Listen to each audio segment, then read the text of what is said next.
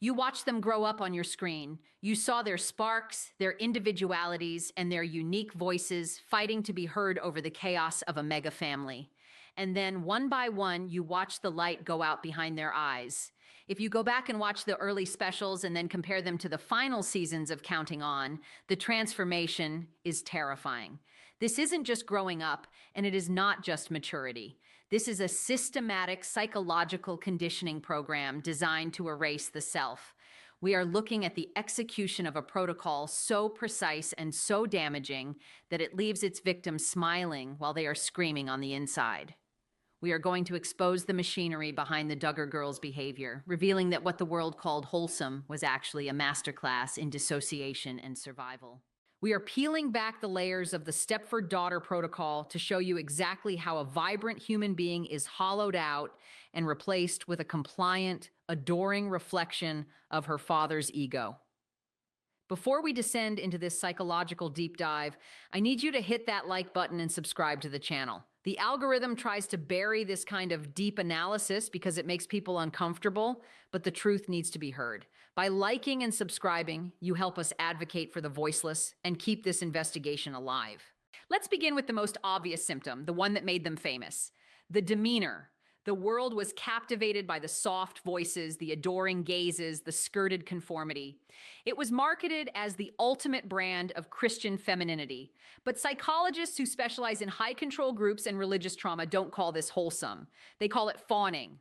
Fawning is a trauma response. It is the fourth F, right after fight, flight, and freeze.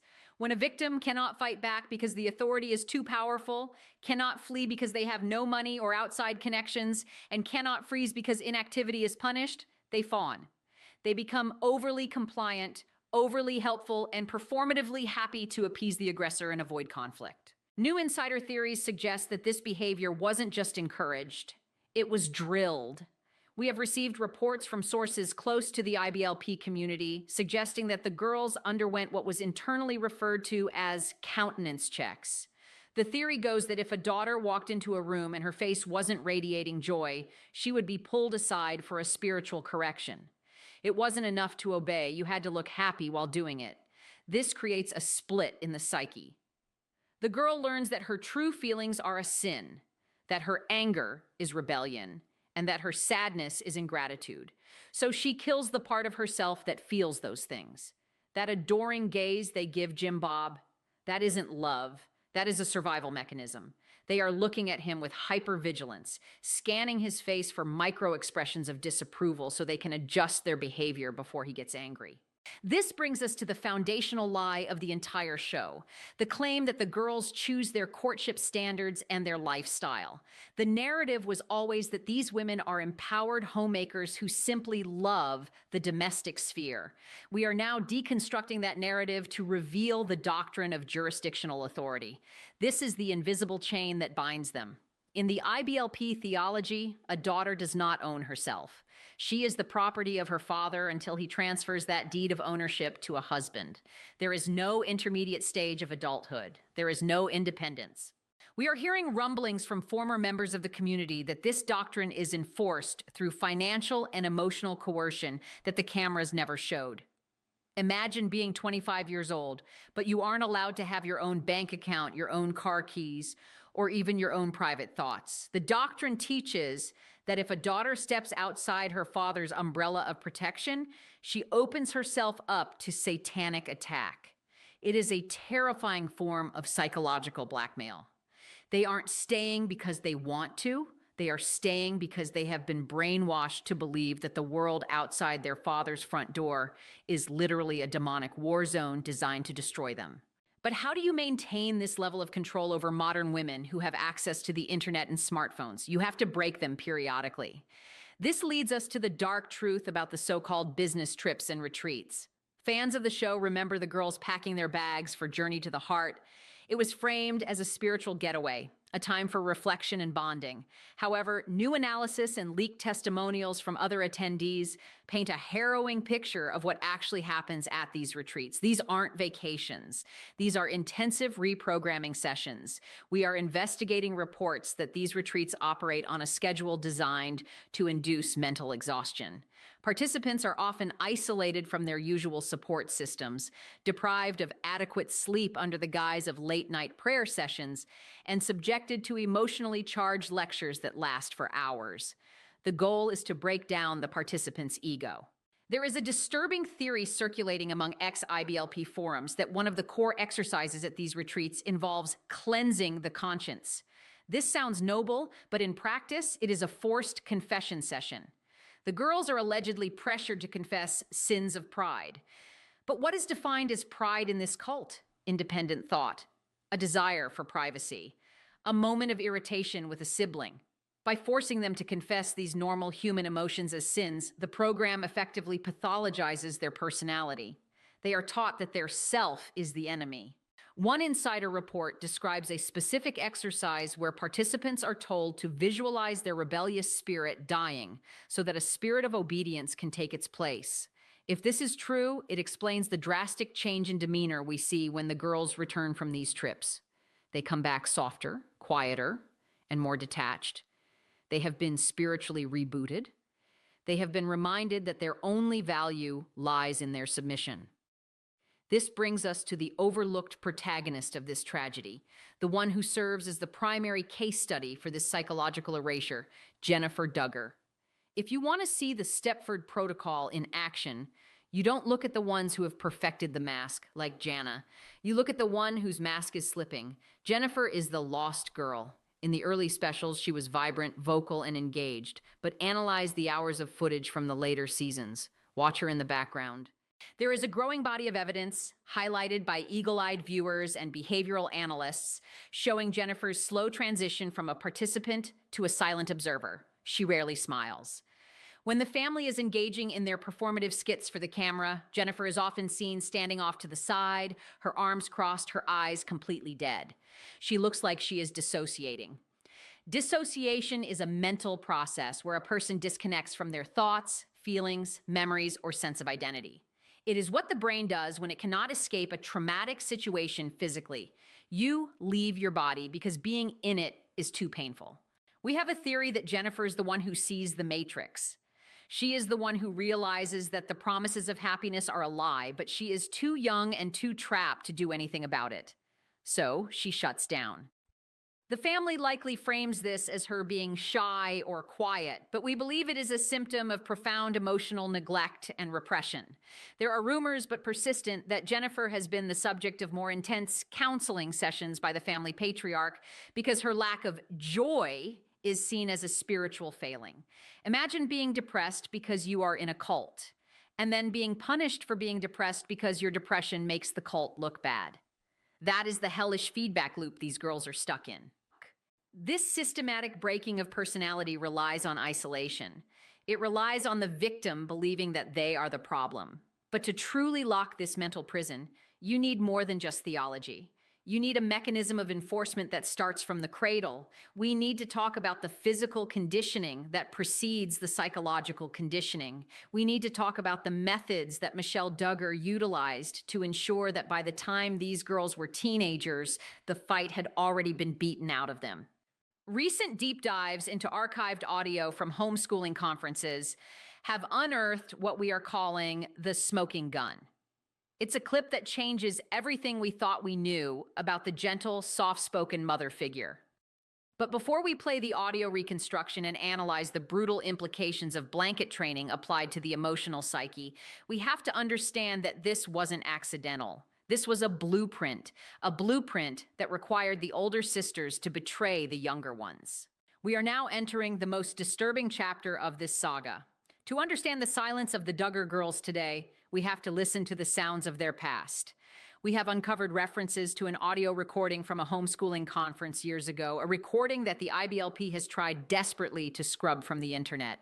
In this clip, Michelle Duggar describes the practice of blanket training with a calmness that is chilling. For those who don't know, blanket training involves placing an infant on a blanket and hitting them with a flexible ruler or a glue stick every time they attempt to crawl off. It is Pavlovian conditioning. It teaches the child that curiosity equals pain. It teaches them that their natural instinct to explore the world is a punishable offense.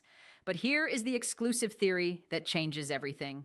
Blanket training didn't stop when they learned to walk. We believe the family implemented a psychological evolution of this technique for their teenagers, call it emotional blanket training. The blanket is no longer a square of fabric on the floor. It is the strict set of ideological boundaries set by Jim Bob. The SWAT is no longer physical, it is emotional isolation and shame. We have analyzed the dynamics in the later seasons, and you can see the invisible perimeter. When a daughter expresses a thought that is slightly outside the approved narrative, maybe she expresses a desire to go to college, or maybe she wears a piece of clothing that is slightly less modest, the reaction from the family is instantaneous. It isn't a conversation, it is a correction. The SWAT comes in the form of the family pulling away. The daughter is frozen out.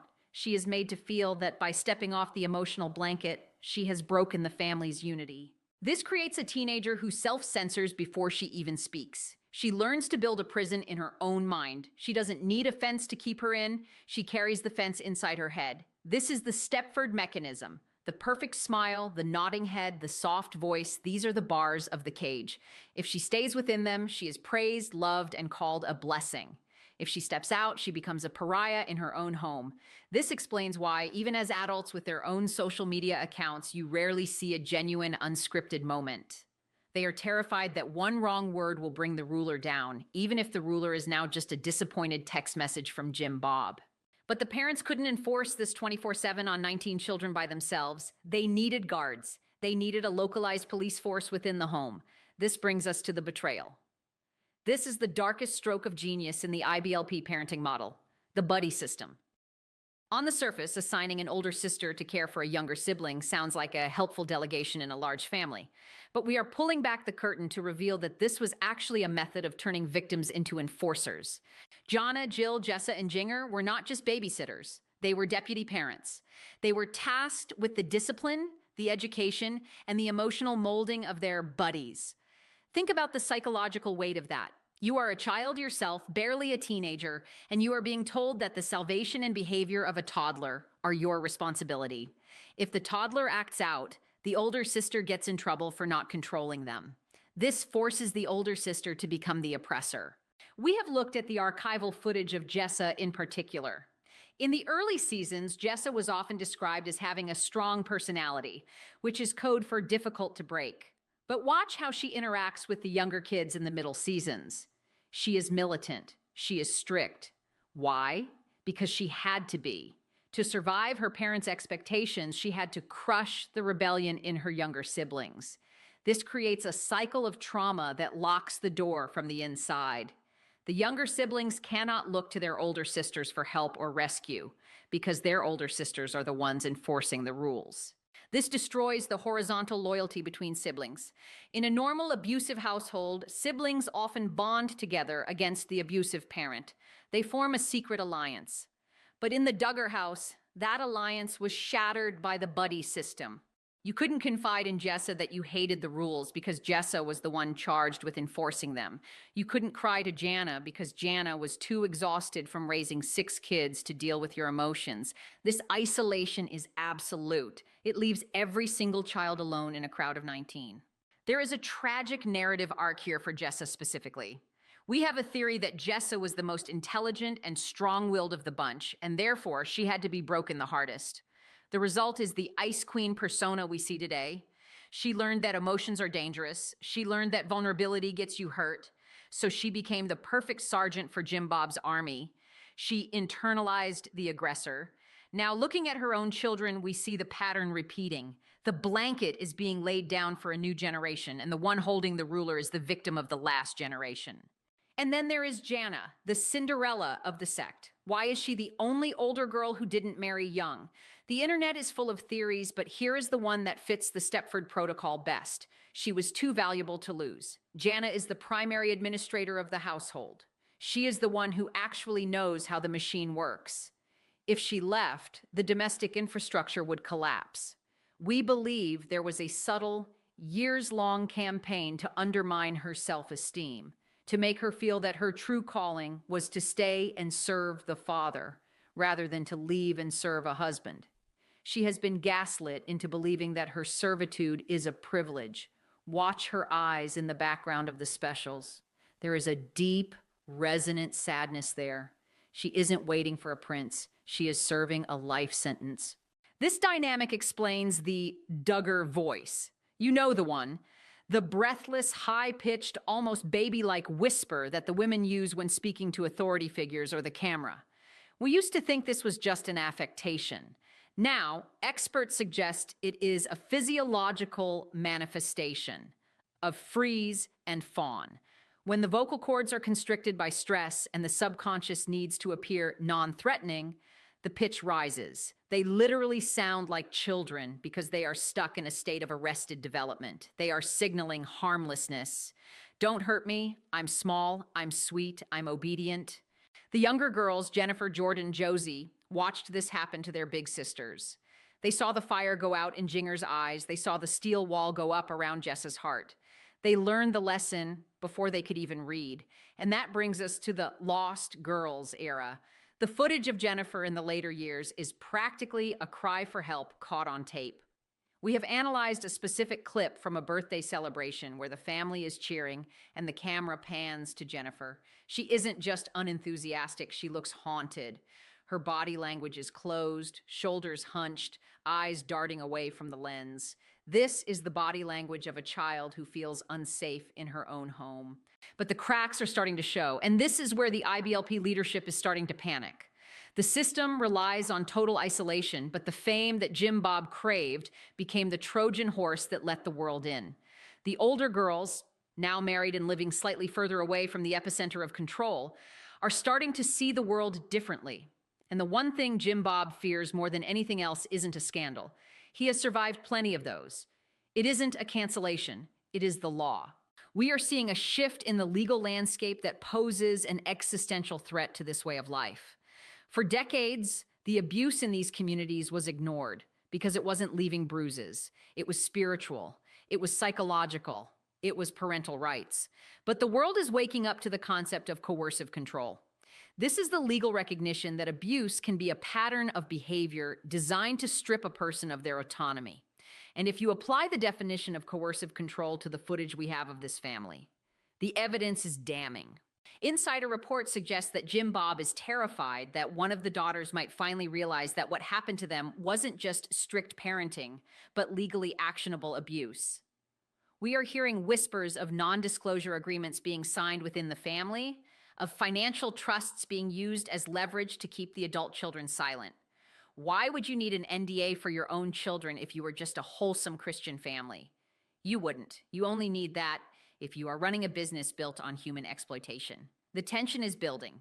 We have the older sisters who are safe but silent, the younger sisters who are trapped and dissociating, and the parents who are doubling down on control as their empire crumbles. But there is a wild card we haven't discussed yet, the one who got away, the one who is slowly, carefully dismantling the narrative from the outside. Jill. We need to talk about why Jill is the biggest threat to the Stepford Protocol. She was the golden child, the tattletale, the perfect product of the system, and yet she is the one who sued her father. She is the one wearing pants, drinking alcohol, and sending her kids to public school. Her transformation proves that the programming isn't permanent. It proves that the Stepford chip can be removed. And that is why she is being erased from the family history. But her influence is seeping back in through the cracks. The younger girls are watching her. They are seeing that the world outside isn't a war zone, it's freedom. This sets the stage for the final act of this tragedy, the collision between the old guard and the new awareness. The legal threat is not just about lawsuits. It's about the inevitable collapse of a system that can only survive in the dark. We are going to explore how modern laws regarding domestic abuse are catching up to the IBLP and why we believe a massive legal reckoning is on the horizon. The legal threat is the monster currently hiding under Jim Bob's bed, and it is far scarier than any tabloid headline. We are witnessing a cultural and judicial shift in how society defines domestic abuse, and the IBLP leadership is terrified. For decades, the movement hid behind the shield of religious freedom and parental rights. They operated on the assumption that as long as they didn't leave physical marks, the state couldn't touch them. But the rise of coercive control laws is changing the game. Coercive control creates a cage not made of iron bars, but of surveillance, financial dependence, and psychological manipulation. We have explored the insider theory that the family's frantic restructuring of assets in recent years isn't just about tax efficiency, it is about liability. If a court were to determine that the volunteering the children did for the show, hours of filming, interviews, and promotions, was actually coerced child labor under the guise of ministry, the financial fallout would be catastrophic. But the greater threat is the precedent it would set. It would legally acknowledge that the jurisdictional authority of a father does not supersede the human rights of his daughters. There are whispers from sources close to the family that the older girls, specifically the ones who have started to deconstruct their upbringing, are being watched closely by the family patriarch. The fear is that one of them will not just write a memoir, but provide testimony in a court of law. Imagine a deposition where one of the daughters explains the blanket training of her teenage years or the financial blackmail used to force her into a courtship. That is the smoking gun that could bring the entire IBLP House of Cards crashing down. This is why the Duggar Voice is so critical to understand. It isn't just a quirk, it is evidence. We promised to break down the psychology of this vocal affectation, and the reality is heartbreaking. Listen to the pitch. Listen to the breathiness. It is a baby voice. In evolutionary psychology, making oneself sound smaller and younger is a defense mechanism. It signals to a potential aggressor. I am an infant. I am helpless. Do not hurt me. When you hear a 30-year-old woman speaking in that high, breathy falsetto, you are hearing a nervous system that is stuck in a permanent state of fawn. She is subconsciously trying to disarm the men in the room. We believe this voice is drilled into them not just by habit, but by fear. A lower, more authoritative register would be interpreted as defiant or masculine. A woman with a strong voice is a woman who has her own ideas, and in this cult, a woman with ideas is a woman who needs to be broken. So they pitch up, they smile, they make themselves small. It is a vocal corset, constricting their true power just as their clothing restricts their bodies. And this brings us back to the victims who are still trapped. The younger girls, the lost girls. If you want to see the true cost of the Stepford Protocol, you have to look at the footage from the final seasons of Counting On and the snippets we see on social media today. Look closely at the eyes. There is a phenomenon known as the 1,000-yard stare. It is commonly associated with soldiers who have seen too much combat, but psychologists also see it in victims of long-term emotional abuse. It is a look of total detachment. The lights are on, but nobody is home. We analyze the footage of Jennifer and Jordyn, and we see moments where the mask slips. The smile falters for a fraction of a second, and you see a profound, crushing exhaustion. That isn't piety, that isn't shyness, that is dissociation. Dissociation is the brain's emergency exit. When you cannot physically leave a room where you are being indoctrinated and you cannot emotionally fight back without being punished, your mind leaves. You float away. You watch the room from the ceiling. You perform the actions. You bake the bread. You recite the scripture. You hug the side hug, but you aren't really there. We suspect that the younger girls have spent the majority of their adolescence in this dissociated state. They are sleepwalking through their own lives. The tragedy is that we saw their sparks before they were extinguished. We saw the sassiness in Jordyn. We saw the inquisitiveness in Jennifer. And then the system clamped down. The buddy groups did their job. The emotional blanket training did its job. The protocols of the IBLP succeeded in turning unique, vibrant souls into interchangeable parts of a patriarchal machine. But the machine is breaking. The existence of this channel, the millions of views on videos exposing these truths, and the brave voices of survivors speaking out are acting as a mirror. For the first time, the girls who are still trapped might be seeing reflections of themselves that aren't filtered through their father's approval. Every time we analyze these behaviors, we are sending a signal. We see you. We know that smile is fake. We know you are hurting. The Stepford Daughter Protocol relies on silence. It relies on the world looking at a repressed, traumatized girl and calling her well-behaved. It relies on us mistaking fear for faith. But we aren't making that mistake anymore. We are decoding the signals. We are reading body language. We are listening to the silence between the words. The light may have gone out behind their eyes, but it can be rekindled. We have seen it happen with Jill. We are seeing flickers of it with Jinger. The programming is deep, but the human spirit is stronger. The Stepford shell is hard, but it is brittle. And with enough pressure, with enough light shown on the dark corners of this ideology, it will crack. We are going to keep applying that pressure. We are going to keep watching the tapes. We are going to keep listening to the Duggar voice until it breaks and a real voice comes through. But we need your help to keep this investigation on the front page. Look closely at the eyes of the younger girls in the final seasons. Pause the video. Zoom in. Tell me that isn't the look of a person who has vanished inside themselves. Tell me that isn't the look of a prisoner.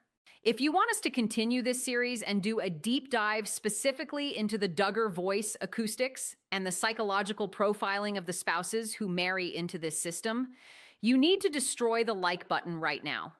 Leave a comment down below with your theory. Which of the lost girls do you think will be the next to break free? Or are they too deep in the system to ever leave? Subscribe and turn on notifications. The algorithm hates the truth, but together we can force it to listen. The Stepford Protocol is real, but so is the resistance. We will see you in the next update.